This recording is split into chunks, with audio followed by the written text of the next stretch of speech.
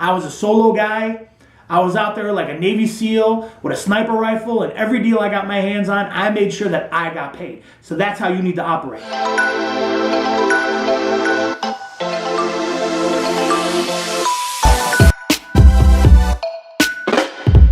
Massive action is what creates massive results. So get to work. Hey guys, Latif Qadri, the BDG Insider. This one's going out to my friends in F&I.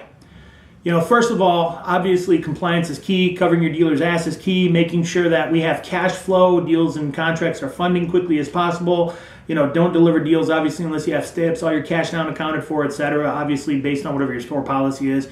I've seen some real wacky stuff out there, hold checks and, you know, down payment assistance and all that craziness. But, you know, obviously you're going to run your store the way you run your store. But, you know, as far as you're concerned, you got to make sure you stay on top of it. But ultimately, I want to talk about profitability and creating a very solid PVR. I cannot tell you how amazing it is. I will go to stores and they will have 3 products in F&I.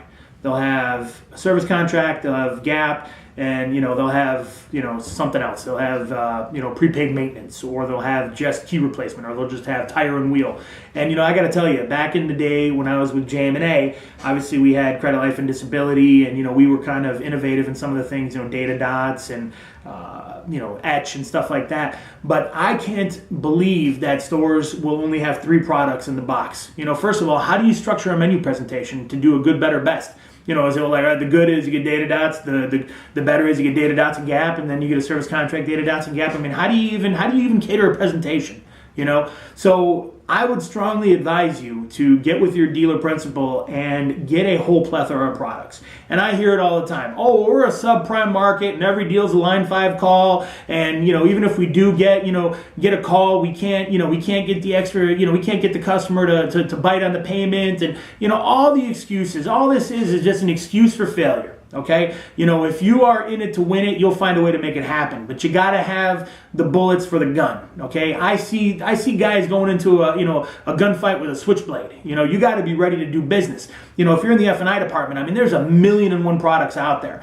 You got obviously your traditional service contract gap. You got data dots or etch. You got key replacement, tire and wheel.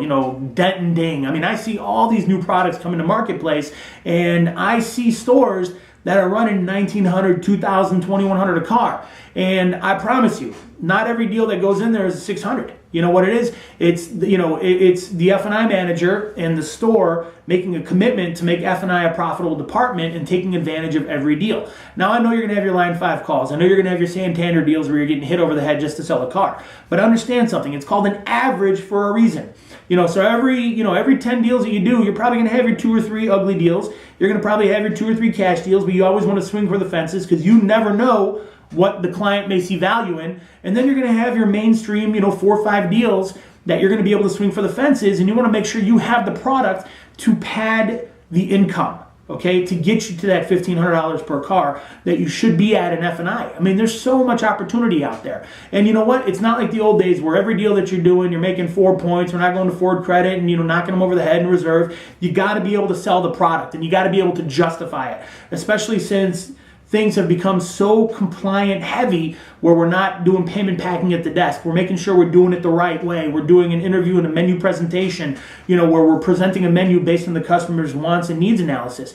And it is selling 101. The fundamentals haven't changed. So as long as you are making sure that you've got the bullets for the gun, you're going out and doing a proper interview, you're doing a needs assessment out there, and then you're doing a menu presentation, in the F&I office and asking for the sale, presenting 100% of the products to 100% of the people 100% of the time. You just never know. I remember years ago, I went to a deal in St. Louis, and I'm doing a menu presentation for a customer, and, it was a line 5 call, and I wrote it out. I said, this is the way the deal is, but if you want, the platinum, you want the gold, you want the silver, or you want the bronze, this is what it's going to cost you out of pocket. And I mean, sure enough, the guy coughed up the money for a service contract. And I know a lot of deals out there, a lot of dealers out there have that 10% down monthly payment deal. That's another opportunity as well. So don't take the shortcut and just assume it is what it is. You go to a store and they've got 3 products and it's just the way we do things around here. Well, you know what? You need to talk to your dealer. There's a lot of progressive dealers out there that will listen.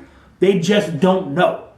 Now, if it's a knowing issue, it's your job to bring it to their attention. If it's a doing issue, then obviously you're not going to make the kind of money that you need to make, and you probably need to look to go somewhere else. So that's really it at the end of the day, okay? You are a huge income producing opportunity for the dealership. F&I managers need to make a whole shitload of money because you guys work a lot of hours, you deal with a lot of craziness, and I'll tell you something, it's great. F&I was the best job I had in the car business. I liked it better than being a GM, EM, dealer principal, whatever it was. I liked it better being in the box. I was a solo guy. I was out there like a Navy SEAL with a sniper rifle, and every deal I got my hands on, I made sure that I got paid. So that's how you need to operate. So Latif Qadri, BDG Insider, sell like hell.